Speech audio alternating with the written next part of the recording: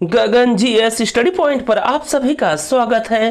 UP triple SC पेट 2025 के लिए GK GS में हम लोग पढ़ रहे हैं इंडियन हिस्ट्री, जिसकी है 9वीं क्लास। और आज की क्लास में हम लोग पढ़ेंगे मराठा साम्राज्य के बारे में। तो आप सभी लोग इस क्लास को ध्यान से और पूरा देखिएगा और गगन जीएस स्टडी पॉइंट चैनल को सब्सक्राइब जरूर करिएगा दोस्तों। तो आइए शुरू करते हैं आज की क्लास।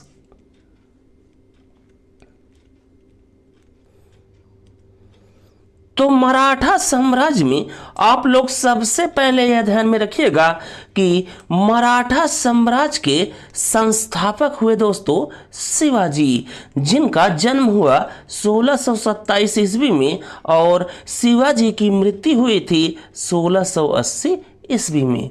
तो शिवाजी का जन्म हुआ 6 अप्रैल 1627 ईस्वी को सिवनेर दुर्ग में। और शिवाजी की माता का नाम था दोस्तों जीजाबाई और पिता का नाम था शाहजी भोसले। तो यहाँ पर एक चीज और आप लोग ध्यान में रखेंगे कि शिवाजी के ऊपर दोस्तों उनकी माता जीजाबाई का सबसे अधिक प्रभाव था। तो शिवाजी की माता का नाम हो गया जीजाबाई और पिता का नाम हो गया शाहजी भोसले। और शिवाजी के संरक्षक हुए दोस्तों गुरु कोंडदेव एवं शिवाजी के आध्यात्मिक गुरु थे रामदास जी। और यदि आपसे पूछे कि शिवाजी का घराना क्या था, तो शिवाजी का घराना था भोसले। और इसके बाद आप लोग ध्यान में रखेंगे शिवाजी का विवाह हुआ था दोस्तों साईबाई से 1640 ईस्वी में।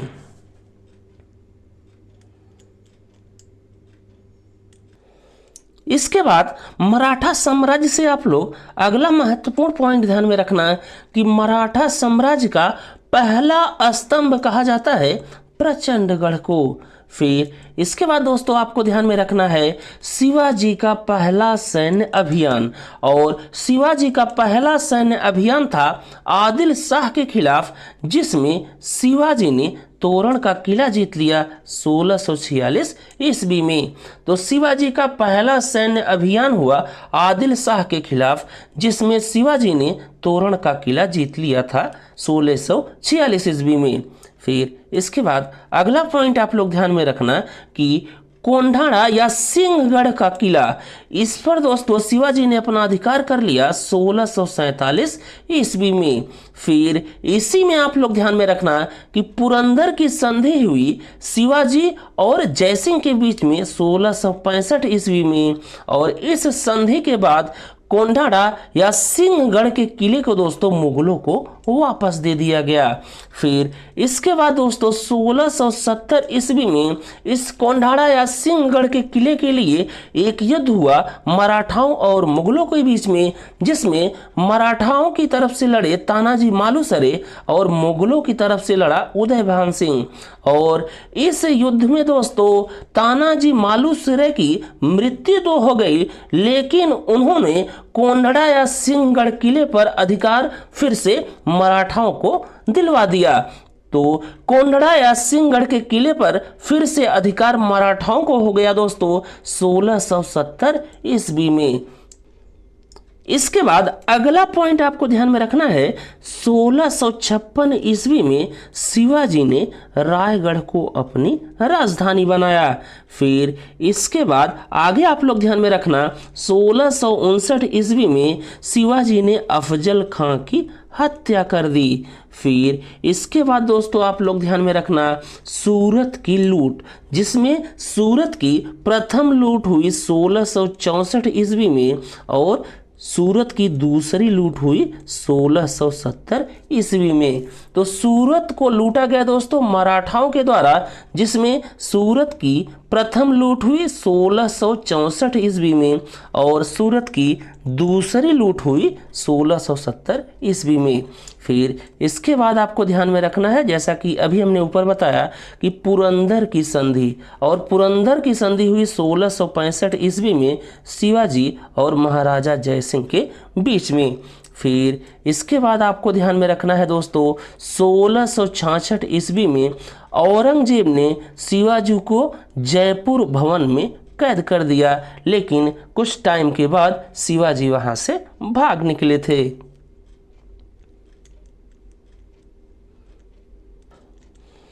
इसके बाद अगला पॉइंट आप लोग ध्यान में रखना 1674 ईस्वी में शिवाजी का राज्य अभिषेक किया गया दोस्तों रायगढ़ में बनारस के विद्वान श्री गंगा भट्ट जी के द्वारा। और 1674 ईस्वी में ही दोस्तों शिवाजी ने छत्रपति की उपाधि धारण की थी।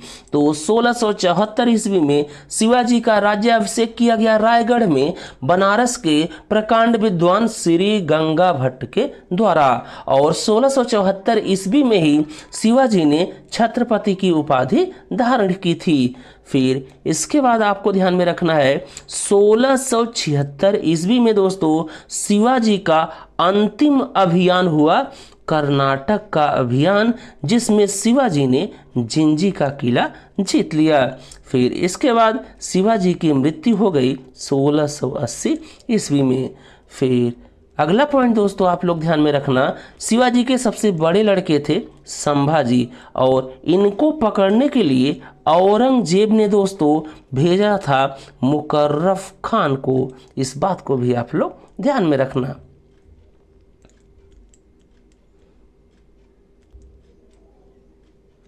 इसके बाद दोस्तों आप लोग ध्यान में रखना शिवाजी के प्रशासन से संबंधित कुछ महत्वपूर्ण तथ्यों को। तो शिवाजी के दरबार में दोस्तों 8 सबसे महत्वपूर्ण मंत्री रहते थे, जिन्हें अष्टप्रधान परिषद के रूप में जाना जाता था। फिर इसके बाद इन 8 मंत्रियों में दोस्तों सबसे जो महत्वपूर्ण पद था उसको कहा गया दोस्तों पेशवा, जिसका अर्थ होता है प्रधानमंत्री। फिर इसके बाद अगला नाम आप लोग ध्यान में रखना सरी-ए-नौबत, जिसका अर्थ हो गया दोस्तों सेनापति। फिर इसके बाद आपको ध्यान में रखना है आमत्य, जिसका अर्थ हो गया राजस्व मंत्री या वित्त मंत्री। फिर इसके बाद आपको ध्यान में रखना है वाकायानवीस, जिसका काम होता है दोस्तों सूचना और गुप्तचर विभाग का। फिर इसके बाद है चिटनीस, जिसका काम था पत्राचार विभाग का। फिर इसके बाद हो गया सुमंत, जिसका काम हो गया दोस्तों या जिसको कहा गया विदेश मंत्री। फिर इसके बाद है पंडित राव, जिनको दोस्तों धार्मिक कार्यों के लिए चुना जाता था। फिर लास्ट हो गया न्यायाधीश। इसके बाद दोस्तों आप लोग ध्यान में रखना मराठा साम्राज्य के द्वारा लगाए गए टैक्स या करों के बारे में कुछ महत्वपूर्ण तथ्य।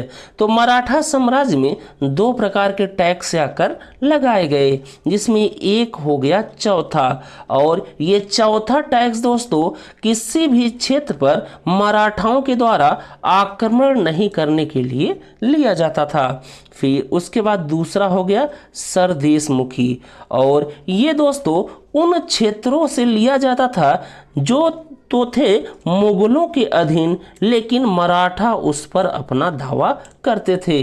तो जो क्षेत्र मुगलों के अधीन थे लेकिन मराठा उन क्षेत्रों पर अपना दावा करते थे, वहां से लिया जाता था सरदेशमुखी टैक्स या कर।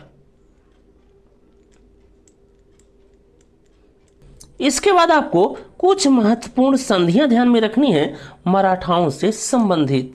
तो इसमें पहले संधि आप लोग ध्यान में रखना संगोला की संधि, और ये संधि हुई 1750 ईस्वी में। और इस संधि के अनुसार पेशवा मराठा संगठन के नेता होंगे। फिर इसके बाद अगली संधि आपको ध्यान में रखनी है सालबाई की संधि, और ये हुई दोस्तों 1782 ईस्वी में। और ये संधि हुई प्रथम आंग्ल मराठा युद्ध के बाद। फिर इसके बाद आपको ध्यान में रखना है बसीन की संधि, और ये संधि हुई 1802 ईस्वी में। और ये संधि हुई द्वितीय आंग्ल मराठा युद्ध के बाद। फिर तीसरी आपको ध्यान में रखनी है मंदसौर की संधि, और ये मंदसौर की संधि हुई 1818 में, तीसरे आंग्ल मराठा युद्ध के बाद।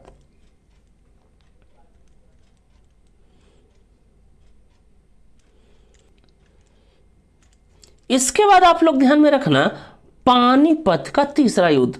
और पानीपत का तीसरा युद्ध हुआ दोस्तों 1761 ईस्वी में अफगानिस्तान के अहमद शाह दुर्रानी या इसी को अहमद शाह अब्दाली भी कहा जाता है उसके और बालाजी बाजीराव जिन्हें नाना साहब भी कहा जाता है इनके बीच में। और इस पानीपत के तीसरे युद्ध में दोस्तों बालाजी बाजीराव दोस्तों पराजित हो गए और अहमद शाह अब्दाली विजयी रहा।